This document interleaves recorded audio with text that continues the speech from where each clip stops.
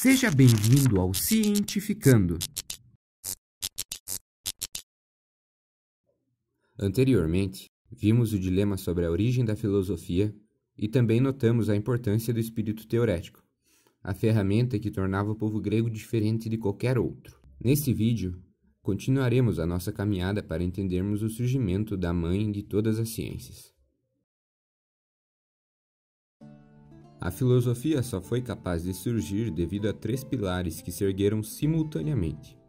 O pilar da arte, desenvolvendo a intuição e imaginação entre os indivíduos.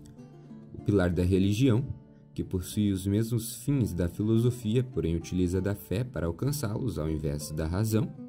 E, por fim, o sustentáculo das condições sociopolíticas favoráveis, criadas com a implantação da democracia e com a liberdade criada desde então. Os pontos artísticos gregos aos quais devemos nos ater são os poemas homéricos e os poemas líricos, juntamente de seus poetas. De forma primária, os poetas tinham enorme participação na educação e na formação espiritual do homem grego. Eram como os professores que temos hoje em dia. A filosofia, da mesma forma que as criancinhas gregas daquela época, buscou se formar com os ensinamentos de poemas. Entre os principais, temos a Teogonia, de Hesíodo, e a Ilíada e Odisseia, obras de Homero que exerceram tanta influência sobre os gregos quanto a Bíblia sobre os hebreus. Ops, falando em Bíblia, caro espectador, quero deixar claro que não havia textos sagrados na Grécia, beleza? Continuando, vamos agora falar daqueles 2 grandes poetas e de seus poemas. Homero apresentou em suas obras grande senso de harmonia, proporção, limite e medida, que são essências do pensamento filosófico. Ele também não apenas narrava fatos, mas explicava suas causas. Além disso, buscava representar a realidade em sua inteireza, mesmo que em nível mítico fantástico, trazendo à tona os valores como bem e mal, céu e inferno, deuses e homens, isto é, a totalidade dos valores que regem a vida do ser humano. Aliás, ele falava até da fome que você sente ao ver essa deliciosa lasanha de 4 queijos e da saciedade que ela trará a você. Ou não, né? Vai que você precise de mais uma pizza para encher a pança. Voltando ao assunto, os gregos também deram considerável importância a Hesíodo e ao poema conhecido como Teogonia, o qual relata o surgimento do mundo e o nascimento de todos os deuses. Como os diversos aspectos de tal poema possuem bastante semelhança com os fenômenos do cosmos, podemos dizer que ele se trata de uma cosmogonia, ou seja, uma explicação mitológica da origem do universo e de seus eventos cósmicos a partir do caos originário, aquilo que deu formação a tudo. Essa obra abriu lugar posteriormente à cosmologia filosófica, que também busca um princípio primeiro, porém apenas com o logos, apenas com a razão pura. Além disso, outro trabalho de Hesíodo, conhecido como As Obras e os Dias, imprimiu na cabeça dos gregos vários princípios que constituiriam a base ética da filosofia, bem como os fundamentos do pensamento filosófico. A justiça, por exemplo, adquiriu entre os gregos e, principalmente, entre os filósofos, valor moral, político e ontológico, como conseguiremos notar em Platão posteriormente.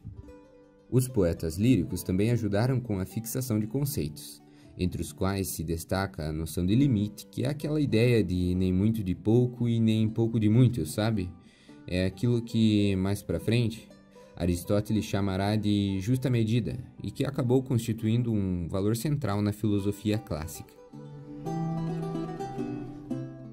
Sem zelo demais, o melhor está no meio, e, ficando no meio, alcançarás a virtude, afirmou Teógenes, um poeta lírico. Outro pilar de extrema importância para o nascimento da filosofia foi a religião. Quando se estuda a sociedade grega, precisamos estar atentos a 2 formas de crenças. Em primeira mão, temos a religião pública, popularmente conhecida como mitologia grega, que é aquela modelada na representação de deuses dada por Homero. Em outro lado, temos os mistérios órficos, baseados nas produções de um lendário poeta trácio conhecido como Orfeu. Ambas possuem semelhanças, como o fato de serem politeístas. Porém, é fundamental compreendermos as diferenças. Homero e Hesíodo teceram o pano de fundo de toda a religião pública, baseando princípios da vida humana sob o raciocínio de que tudo é divino e intervindo pelos deuses. Por exemplo, os relâmpagos que surgem no céu durante uma tempestade são divinos e consequência da ação de Zeus, o deus dos deuses que rege os raios. Bem como um mar agitado é fruto da raiva de Poseidon, o deus dos mares. Vale lembrar que não somente fenômenos naturais são frutos de divindades, mas a vida social, a guerra e a paz também são relacionadas a eles. Estou falando de deuses há muito tempo, certo? Você já se perguntou o que são eles? Bem, do ponto de vista científico, são forças naturais antropomorfizadas, com características humanas idealizadas, ao notarmos que Atena é a deusa da sabedoria, Afrodite do amor e assim por diante.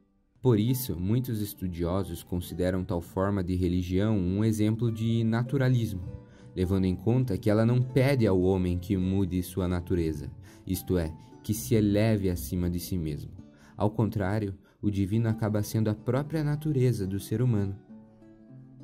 Da mesma forma que a mitologia grega foi naturalista, a primeira filosofia foi essencialmente naturalista.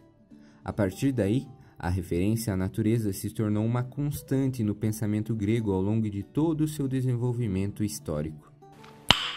Nice. Alguns gregos, porém, não encontraram satisfação apenas com a religião pública. Por isso, em círculos restritos, acabaram desenvolvendo os mistérios, com as próprias crenças e práticas específicas, embora inseridas no quadro politeísta.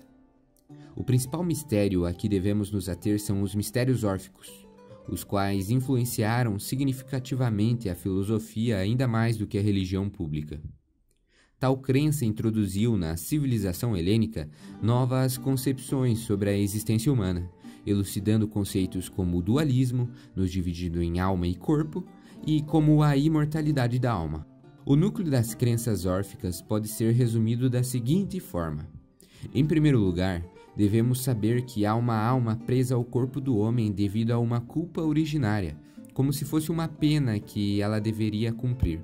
Em segundo, essa alma preexiste antes daquele corpo e continua a existir após a morte.